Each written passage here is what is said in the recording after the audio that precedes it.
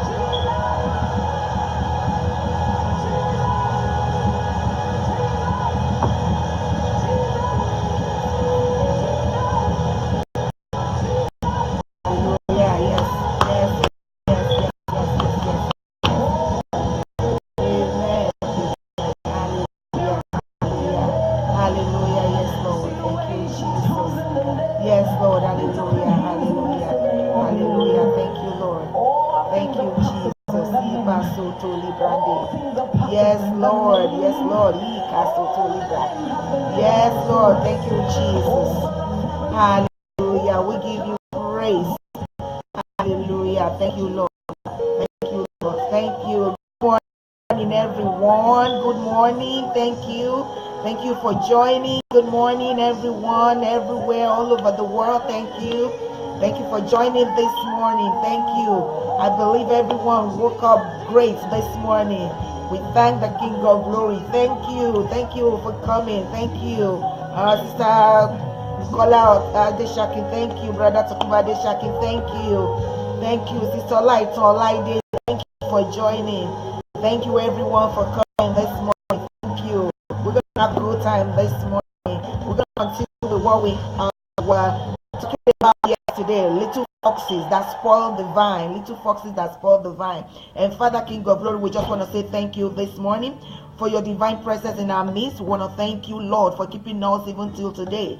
We say be exalted, be magnified, Lord. Even as we go into your word again today, that which we're going to learn, Lord King of Glory, we pray that it will have a positive effect in our life. It will impact our lives greatly, and we'll be able to impact others in the mighty name of God. Thank you, Lord, for the understanding of your word today in the mighty name of Jesus. Good morning, everyone, once again. Good morning. Thank you for joining me. We started something yesterday titled Little Foxes. Little Foxes. I don't know how many of us have actually read about it in the Bible. It's in the book of Solomon, when a young woman said, a group of women actually said, catch us those foxes, those little foxes, before they will spoil or ruin the vine of love, the vineyard of love. Amen. And yesterday we talked about how today, even in our Christian lives, especially we Christian our lives, how today there are these little foxes in our lives that we are overlooking, and we're thinking they don't matter. You will hear a lot of people say, oh, that does not matter. God understand, God understand. And there are some things we do. I talk about how you can be lying, or you say things that you didn't mean to say, and after you said it, I didn't mean to say that. You said it, and you are not careful with your word. The Bible says every idle word that proceeded out of our mouth, we will account for. We will account for. So those things are little foxes.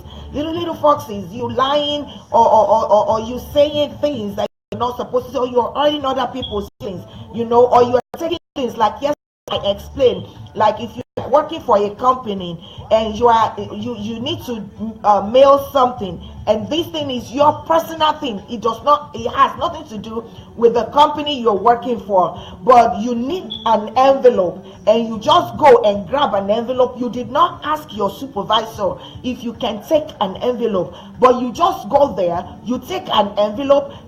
Taking an envelope that you did not ask for, it's not yours, is stealing. It's stealing. It's a little fox. It's a little fox that we think it does not matter. At least I work in this company. You work in that company. That company use their own money to buy those stuff for their own uses, and you going there, taking it without asking. You stealing it.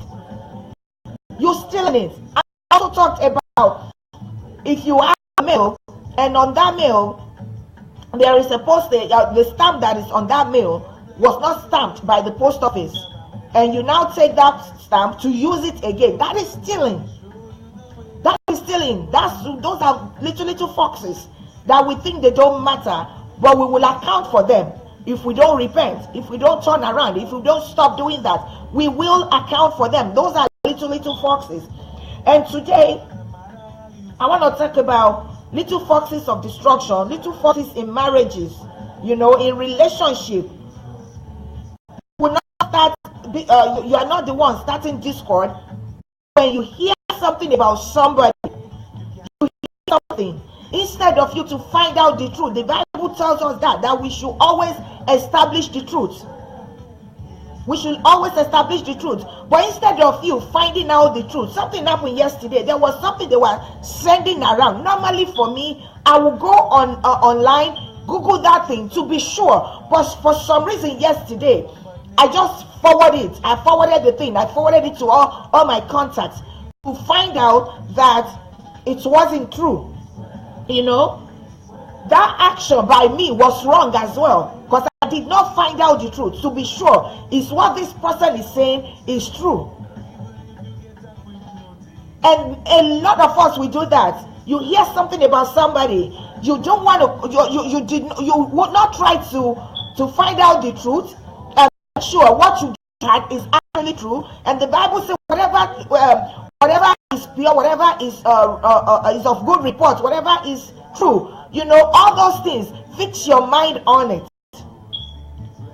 And I want to talk to us Christians this morning. We don't fix our minds on things like that. We are quick to put our mind on things that can cause us to miss heaven.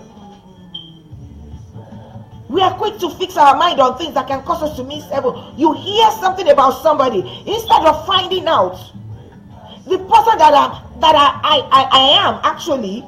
If you tell me something about somebody, let's say you come to me now and say, you know what, be careful for that person, because that person, if he comes to your house, it will steal. I will still allow that person. I will still allow that person to keep coming to my house. I want to make sure that person will fully steal from me. When that person steals from me, then I will know what that person has told me is true. I will not judge that person based on what somebody has told me, that, oh, that person is a thief. I want that person to steal. When you steal, then I know truly you are a thief.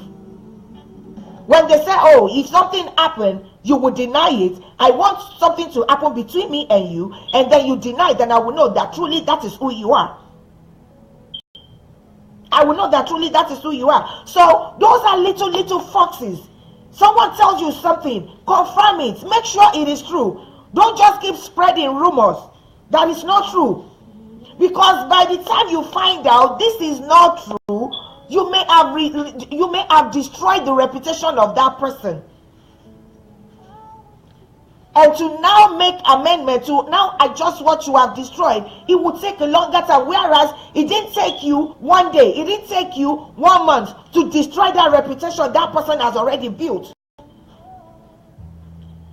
So we have to be careful. We have to be careful. We have to be careful. Things we are listening to, reports that we are giving. When you hear it, you want to find out, is this true? Is it noble? Is it a good report? Is this a good report? Be sure it's a good report before you start giving it out. Don't just open your mouth.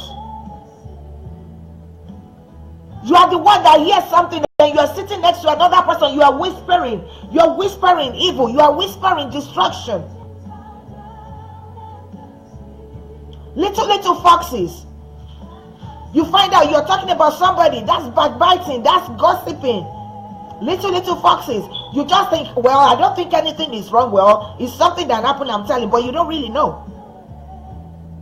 We have to be careful. We have to be very, very careful.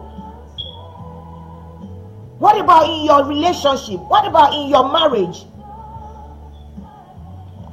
What about in your marriage? Don't allow anything to stop you from still being, especially women. Let me talk to us women this morning.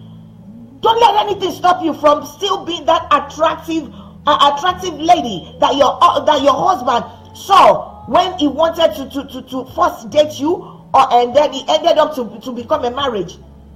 Don't let anything, not even your children, should stop you from being attractive to your husband. Not even your job should stop you from being attractive. Some women, before they get married, oh my goodness, you would think they are angels. They are beauty. The way they carry themselves before they will get married. But as soon as they are married, oh, it's so common. I don't know about, I always say this. I can't talk about any other African country or any other country for that matter. I can only talk about my own country that I grew up in. In Nigeria, a lot of women, as soon as they get married, hey, they relax. Probably before they get married, they used to take shower twice a day, 3 times a day, and they used to dress up very nicely. When they are going to bed at night, they would take shower, they change their pajamas, they change into their pajamas or their nightgown. But as soon as they get married, they start tying wrapper around the house. They are no longer attractive to their husband. They are no longer attractive. They will start tying wrapper here and there. Guest is coming to the house. That's when they are quickly, and they're already in, they are quickly rushing inside to put something on. The husband is embarrassed. You are very slim, you are figure 8, and now you are just gaining weight and blowing up, and your husband was jokingly saying it to you. Do you want to blow up? No. When your husband begins to ask you a question, are you trying to blow up? You better know that he's telling you, you are getting to a place now that I'm not liking anymore. You need to do something about yourself. And you better listen at that point when he starts telling you, hey, this your cheek is getting bigger. You better watch it. You better watch it, and you better take to it. And make sure you start doing something right away before you will lose him to somebody else. Because I always tell people, everything is not prayer. Everything is not prayer. The Bible says, my people perish for lack of knowledge. Wisdom sometimes is what you need. Hey! Wisdom sometimes is what you need. Everything is not prayer. Your husband is saying your cheek is getting bigger, your arm is getting bigger, oh, you are blowing up, and you cannot apply wisdom to know that this man is saying something to me. This man is saying something. When you now begin to suspect that, oh, probably there is someone outside, you begin to go into prayer. Oh, every strange woman in my marriage, every strange woman, hey. No. Use your brain. Use your brain. Use your brain. Those are little foxes. Before you get married, you are very, very attractive, very nice looking. Don't now say because you get the man, then you relax and you are now looking, you now become very, I can't even think of it when you see some married women. There was a sister that I knew long time ago. This auntie, when we were young, she was very, I can't even describe her neatness. Her neatness is out of this world. If a little mud gets on her shoe, she will take it out. She will clean it. You want to see her room that time? But she got married. Hey, my goodness, she got married. Her dress is always dirty. Breast milk on her dress, everything dried, and she's wearing it. She will go out like that. So tell me why somebody like that will not lose her husband if the man is not a good Christian man that is truly rooted and planted in God.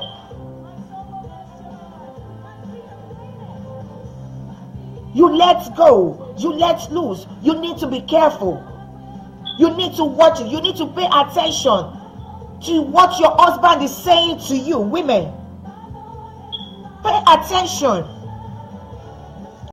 You dress up, instead of giving you good compliments, he's saying this cloth is too tight on you. He says something to you. He says something to you.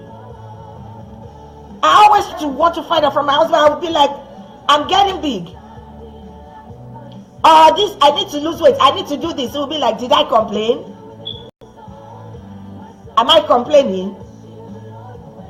But when he starts saying, your arm is getting too big, you better know that he's telling you something. Little foxes that spoil the vine. Don't let such things, don't let such foxes spoil the vine of your marriage. Don't allow such foxes to spoil the vine of your marriage. The Bible said grapevine, they are blossoming. A marriage that has been blossoming, a home that is full of happiness and joy. Don't let the fox of the way you are now carrying yourself spoil the vine of your marriage. Or the much attention you are giving to the children instead of your husband. Don't let that fox spoil your marriage. Or you are too busy to even spend time with your husband, and that goes for our men too. Don't allow such foxes to spoil the vine of your marriage. Little foxes like saying sorry when something happened. It goes a long way. Both men and women expect to hear that when any party has done something wrong. If it's the wife that has done something wrong, the husband wants to hear the sorry too. And for us women, I know it's not that difficult for us to say women. We know how to say women, Yoruba women especially. We know how to say sorry, and we know how to quickly go on our knees to apologize to our husband. But our men, some men, it's kind of difficult for them to say sorry. They know they are wrong, but to say the word sorry, they won't. And women, it hurts us when we know that you know yourself that you are wrong and you still refuse to say no. Yes, it hurts. So those little foxes can spoil the vine of home. It can spoil the vine of your marriage. It can spoil the vine of your home that has been blossoming. So we need to guard against that.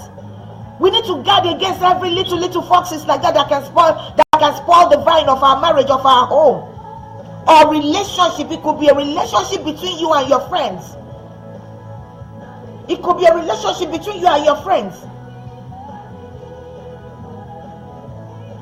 Let's talk about neglecting one another in marriage, in friendship, relationship as well. If one friend is always the one that is always calling you, always checking on you, but you don't even call. 3 months, 4 months, your friend has been the one calling all the time, but you haven't called once. You've neglected that friend, and it happens in homes, in homes and marriages. Well, the one party, it could be a woman, it could be a man, because sometimes it's not always the woman. Most of the time it's women, but it's not always the woman. Sometimes that one will be coming. One is the one that will say, "Oh, honey, good morning, honey, I love you, honey, this, honey, that," you know. But the other party may not do anything. The other party may not do anything, and the one that has always been giving is always expecting to receive too. But it will get to a point when that person is being neglected for so long, the vine is going to spoil. The blossoming grapevine will spoil. It must always be balanced up. If your husband is the one that is always coming to you, hugging you, calling you throughout the day at work and say, "Oh baby, I just want to check on you," respond with the same. Do the same thing. If it's not in you, learn how to cultivate that habit. I have a friend, once she get off work, till she will get inside the house, she and her husband will be on the phone talking. She and her husband will be on the phone talking once she get off work, every single day. That is their lifestyle. For me, when I get to work, I will call my husband, "Baby, I just get there now. I'm getting out of the car." Because you don't know, God forbid bad thing. The day your husband or your wife did not hear from you, they will know, this is not my husband, this is not my wife. And pick the phone to want to call. "Baby, I haven't heard from you." That way they will know if something has happened. But if you guys don't do that, how are you going to know? You won't know until the end of the day, when the wife or the husband is supposed to come home and you didn't see that person. That's when you will now realize something has happened, which you could have realized on time if you guys have that habit of checking up on each other. And sometimes you're doing something to your partner, you think they're not noticing it. They do. They do. My husband is right here with me. Every time he comes home, I get up, I will go give him a hug at the door and things like. Sometimes I will see him through the window. He's about to open the door. I will quickly go behind the door. Sometimes I will hold the key so he won't be able to open the door. You know, some things like that to keep fun in the house. To keep fun in the house. So there was one day, I was so caught up in my work, I was so caught up in what I was doing, that I did not get up.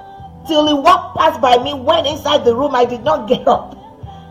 At the end of the day, I finally realized myself. I got up. By the time I got up, it was something else. He now said, you saw me, you didn't get up, you didn't do this, you didn't give me a hug. And I realized, oh, so this man noticed all that I've been doing. They notice. They do.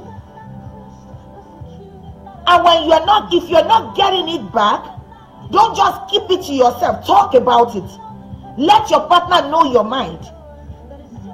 You can tell your partner, baby, you know, this thing I'm doing, I expect you to do it back. Our men especially may want to go in defense. They know they're wrong, but they want to go in defense quickly. Don't get angry at that point.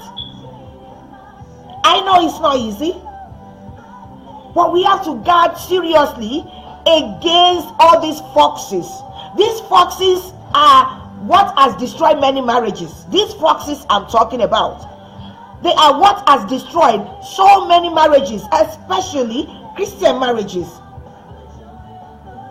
Ordinarily saying sorry when something happened, it's not going to take anything out of you. It's not going to add anything to you. Just say sorry. Let peace reign in your home. Let peace reign in your relationship with your friend, with your sibling, with your family. Say it. It will not be written on your forehead when you step outside your home. Nobody knows that something has happened and you just say sorry to your wife, or you just say sorry to your husband, or you just say sorry to your children, or you just say sorry to a friend. Nobody will know. But guess what? Heaven knows. And there is a joy that will fill your heart when you do that. Husband and wife, spend time together. Don't neglect one another. Spend time together. Don't always let the children be around you. Find time to go out. Spend time, even if it's just 1 hour, just you and your spouse alone out there. Yes, brother, God bless Sister Ngozi. God bless you. I'm sorry. God bless you, Sister Ngozi. They need to start helping. We are helpmates. Some men don't help around the house at all. They don't. They don't help around the house, and yes, they know how to complain about the wife not doing things on time for them. When she has to do everything by herself, no helping hands. No helping hands, and yet they will complain. I know many men will not be like my husband, because I thank God for him. I thank God for my husband. If my husband cook, hey, you would think a professional chef has cooked. My husband is. I'm not just blowing my horn for nothing at all. But when someone is doing something that is worth it, for Sarah to have called Abraham my Lord, Abraham had done something wonderful. He had really done things that blessed Sarah. He was not a man that was tearing his wife down. He was not a man that was washing his wife with negative words. He was doing everything to make sure his wife is happy. And that is what I have in my husband. That is what I have in my husband. And I can tell you, when you treat your wife like a queen that she is, she will treat you like the king that you are. And don't misunderstand me. Women are not supposed to wait for their man to love them before you respect him. And vice versa. Men are not supposed to wait for their wives. And I'm talking about Christian now. You are not supposed to wait for your wife to respect you before you show her love. Because it's different assignments. Your wife's assignment is to respect you and honor you. Your assignment is to love your wife and honor her as well. and you are not supposed to wait on one another. Whether your wife is respecting you or not, you have an assignment, a God-given assignment to love her anyway. Whether your husband is showing love or not, you have a God-given assignment to respect her, to submit to her, to respect him and to submit to his authority. Those are little foxes we need to guard against. Selfishness. You are in the room, little things that we don't count. Probably both of you are in the room. Someone is already sleeping. That is when the other party wants to turn on TV. You want to turn on TV and it's loud. And the person is telling you, lower the TV, you say, because I need to hear this, I need to hear that. But when it's your turn, you don't want it to happen. Selfishness. And different things that happen in marriages, different things that happen between husband and wife, different things that happen between sisters, between friends. That it's okay when one person did it, but when the other person is doing it, then it's a problem. Selfishness is a fox. It's a fox that needs to be dealt with. Are we talking about unforgiveness? Keeping malice? And you think it's okay? All those things are foxes. All those things are foxes that need to be dealt with. Let's talk about our not only Christian women, even men. You have some men coming to church sagging, and they are telling you is what is trending. The Bible tells us, especially women, to dress modestly. You have women, even when I'm talking about women, I'm talking about pastors, female pastors that are showing cleavage, female pastors that are supposed to be example of modest dressing, showing cleavage, because it's what is trending. It's what is trending. So how do you encourage the people you are pastoring? Those people God has given you to take care of. They will now come to church because of come as you are. Come as you are does not say you should come to the church, bend down